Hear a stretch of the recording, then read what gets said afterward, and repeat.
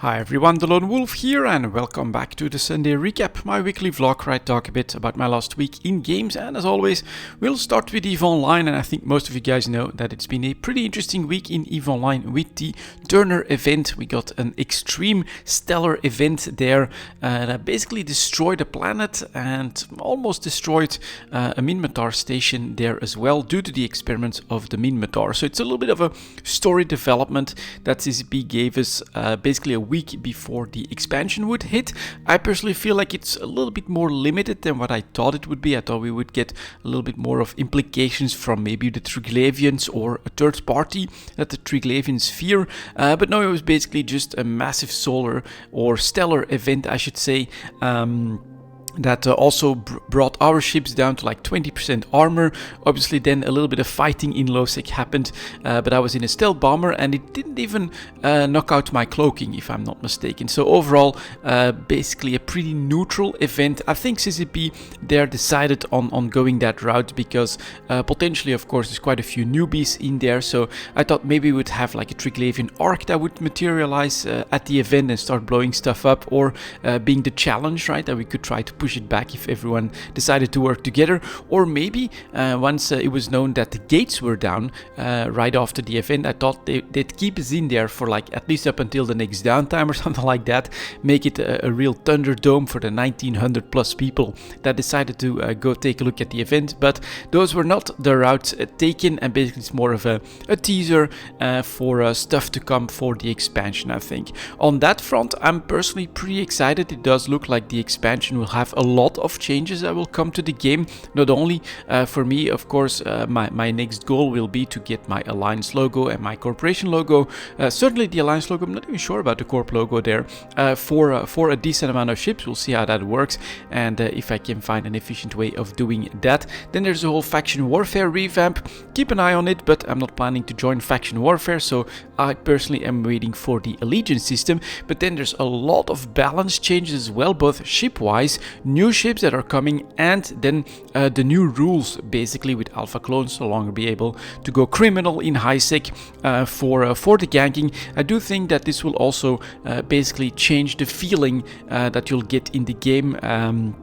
While ganking is still absolutely possible, the mindless ganking, you could say, is going to be out of there. And then on the other hand, the filament abyssal runners, they will have to tolerate a little bit more risk for their playstyle. So I think overall it is pretty interesting, and I'm curious to see from the solo player perspective how things will develop in EVE Online once the expansion hit.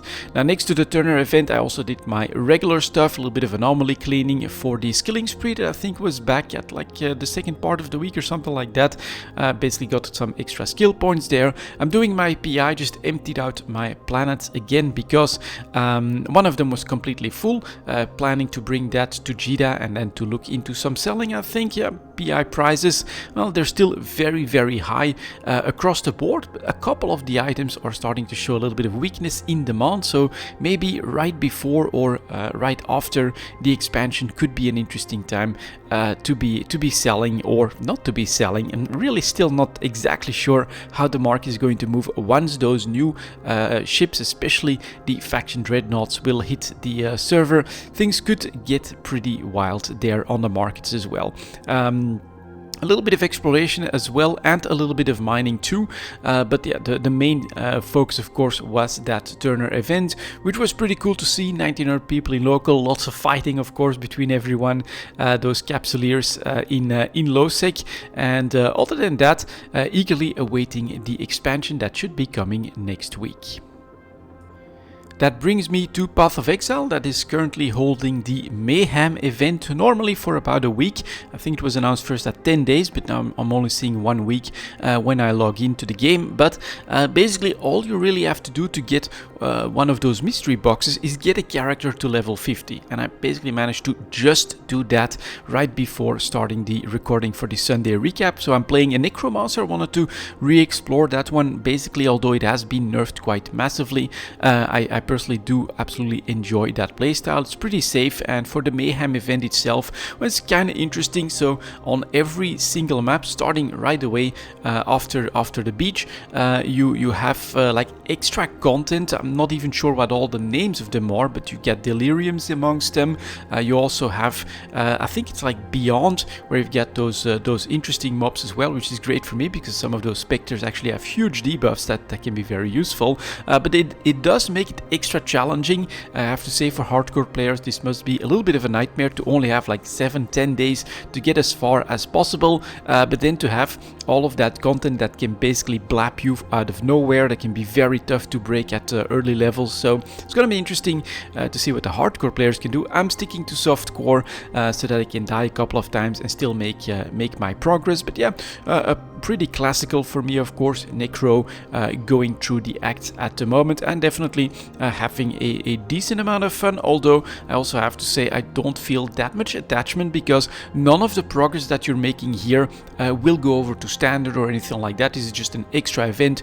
Jump in, play for a couple of days, a week at max, and then just probably look into the next event, because I think they did change the potential rewards from just 1 mystery box to 2 mystery boxes, but that does mean that you have to level another character to level 50 at least during a different event. So you can't just make a second character in Mayhem, get your second mystery box.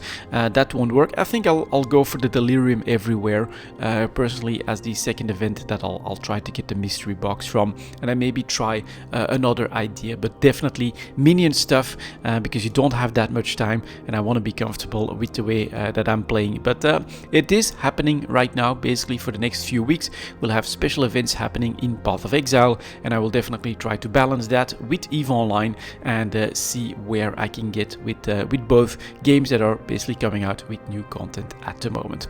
And that was my last week in games, guys. Thank you very much for watching, and as always, I'll see you next time.